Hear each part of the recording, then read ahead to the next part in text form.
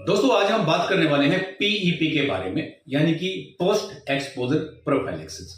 देखो, इस दवाई का कैसे प्रयोग किया जाता है, क्या इसका साइड इफेक्ट है, कौन कौन इसका प्रयोग कर सकते हैं, प्रयोग करने के बाद टेस्ट कितने दिन में करवाना चाहिए, ये थोड़े से सवाल हैं जो पीईपी जैसे जो मेडिसिन लेते हैं उनके दिमाग में रहते हैं। क्योंकि शुरू में जब पेशेंट ये चीज खाता है, थोड़ा हड़बड़ाहट में होता है, जल्दबाजी में होता है, तो उसको पता नहीं चलता किस किस चीजों का इसके अंदर ध्यान रखना चाहिए। देखो, सबसे पहले तो मैं बताऊंगा कि ये किसको खानी चाहिए।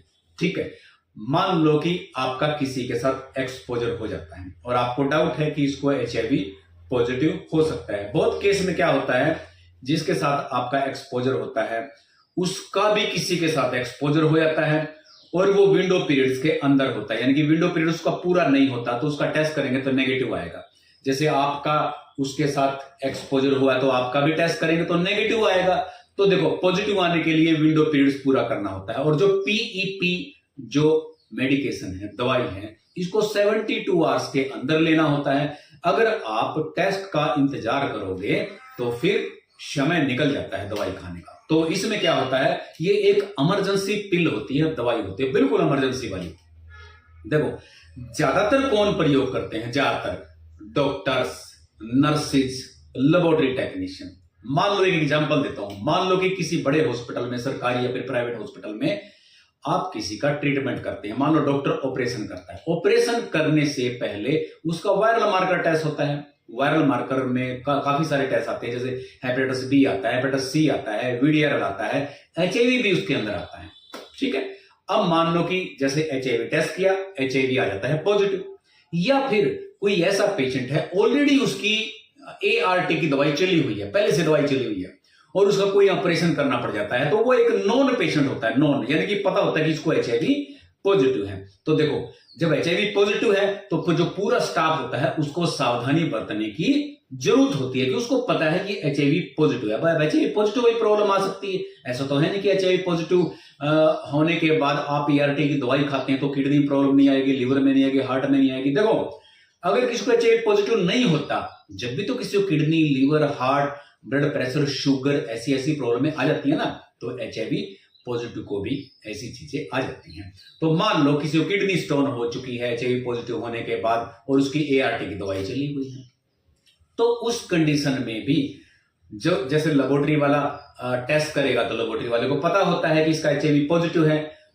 फिर वो डॉक्टर देखता है उस रिपोर्ट को, डॉक्टर को भी पता है कि एचआईवी पॉजिटिव है और नर्सिस को भी पता होता है, या फिर पहले से किसी को एचआईवी पॉजिटिव है, शुरू से उसका एआरटी चला हुआ है, तो फिर सबको पता होता है कि इसका एचआईवी पॉजिटिव है। तो उसके लिए सावधानी बरतनी होती है। डॉक्टर क्या करते हैं, पीईपी का जो डोज है वो रख देते हैं, अलर्ट मोड पे रख देते हैं, ताकि किसी को भी गलती से, मान लो कि लेबोरेटरी टेक्नीशियन है, उसने दोबारा सैंपल लेना पड़ा उसका कोई टेस्ट करने के लिए, उसको सुई लग जाती है तो उसको वो दे सकते हैं, वो तुरंत दवाई दे सकते। क्यों? पहले से पता है एचआईवी पॉजिटिव है। अगर नर्सिस के साथ ऐसा हो जाता है, कहीं पे उंगली में, हाथ में, वैसे तो ग्लव्स पहनते हैं, लेकिन कई बार समटाइम्स होता है कि जब डॉक्टर जो सर्जिकल ब्लेड्स वगैरह होते हैं हल्के फुल्के लग जाते हैं, मान लो वही ब्लेड उसने यूज किया है, वही आपको लगा, कई बार हो जाता है ऐसा। तो उस कंडीशन में क्या होता है, डॉक्टर भी, नर्सेस भी और जो लेबोरेटरी टेक्नीशियन होते हैं उनको पता होता है, अगर ऐसा कुछ पेशेंट के डायरेक्ट ब्लड के कांटेक्ट में आ जाते हैं तो फिर वो जो पीईपी का जो दवाई है, मेडिसिन है, वो ले सकते हैं, ले लेते हैं। क्योंकि ज्यादातर उन्हीं को पता होता है कि इसमें एचआईवी पॉजिटिव है और वो ज्यादा अलर्ट होते हैं और वो फिर उस दवाई को ले लेते हैं। अब नॉर्मल आदमी के, इंसान की हम बात करें तो नॉर्मल इंसान का मान लो किसी के साथ एक्सपोजर हो जाता है, बहुत ज्यादा पढ़े लिखे बहुत सारे लोग नहीं होते, बहुत ज्यादा अवेयर नहीं होते। जो अवेयर होते हैं उनमें से भी बहुत कम लोग ऐसे होते हैं जो तुरंत डॉक्टर के पास जाके 72 घंटे के अंदर अंदर ये दवाई ले लेते हैं, सिर्फ डाउट बेस के ऊपर। ठीक है, जैसे डाउट बेस के ऊपर होता है ना, जैसे कुत्ता काट लेता है किसी को, उसको फिर रेबीज का इंजेक्शन लगता है, तो हर कुत्ते के अंदर तो रेबीज नहीं होता ना, तो रेबीज का इंजेक्शन तो लग गया ना। तो ऐसे ही डाउट के बेस पे भी ये दवाई डॉक्टर दे देता है पेशेंट की जान बचाने के लिए। तो अब हम बात करेंगे, देखो इसका अब लेने का तरीका क्या होता है दवाई का। अब तो ये सारी चीजें आपको पता चल गया कि किसको ये दवाई लेना चाहिए। अब मैं आपको बताऊंगा इसको लेने का तरीका क्या था। जब आप डॉक्टर के पास चले जाते हैं ना, इसका जो समय होता है जैसे एक्सपोजर होने के बाद 2 घंटे के बाद से लेकर 72 घंटे का टाइम होता है, याद रखना। 2 घंटे से बाद से लेकर 72 आवर्स तक का इसका टाइम होता है। 72 घंटे से ऊपर किसी भी हालत में समय नहीं जाना चाहिए, 72 घंटे से ऊपर नहीं होना चाहिए टाइम। और जो आइडल समय इसका बोलते हैं, बिल्कुल आइडल, वो 24 घंटे के अंदर कोई ले लेता है तो वो एक आइडल टाइम बोला जाता है। ठीक है, तो ये तो हो गया कि दवाई को कितने समय के अंदर लेना चाहिए। तो अब मैं आपको बताने वाला हूं कि जो दवाई है वो कितने समय तक खानी है। वो खानी है 28 दिन तक, लगातार आपने खानी है। जैसा कि डॉक्टर ने बताया है, जिस टाइमिंग पे डॉक्टर ने बताया, सवेरे बताया सवेरे खाओ, शाम को बताया तो शाम को खाओ।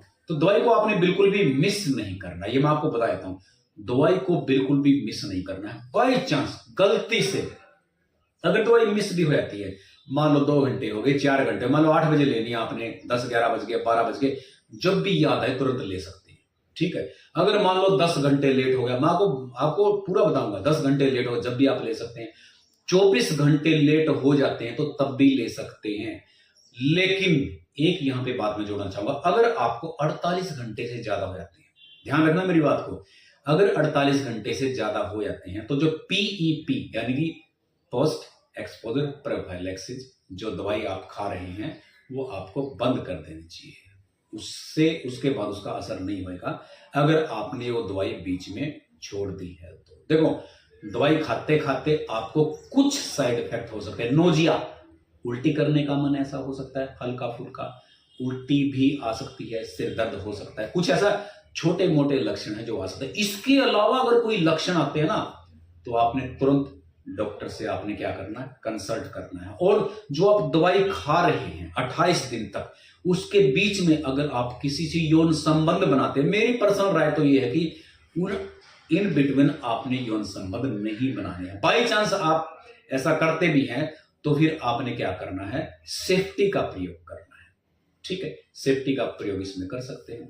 अब देखो, अब बात आती है कि जब दवाई खत्म हो जाती है, ठीक है, अब दवाई हो चुकी है खत्म, 28 दिन पूरे हो गए, अब दवाई खाने खत्म होने के बाद हमें कब टेस्ट कराना चाहिए, इसका भी एक प्रोसीजर है। देखो, दवाई जब पीईपी की दवाई खत्म होती है, खत्म होने की तारीख नोट करो आप, उस तारीख से लेकर 1 महीने से 1.5 महीने के बीच में, ठीक है, 30 दिन से लेकर 45 दिन के बीच में आप टेस्ट करवा सकते हैं। पहला टेस्ट की बात कर रहे हैं, पहले 3 होते हैं इसमें टेस्ट, पहला टेस्ट करवा सकते हैं। और जो दूसरा टेस्ट होता है वो आपने कराना है 3 महीने के बाद, टोटल 3 महीने हो जाएं।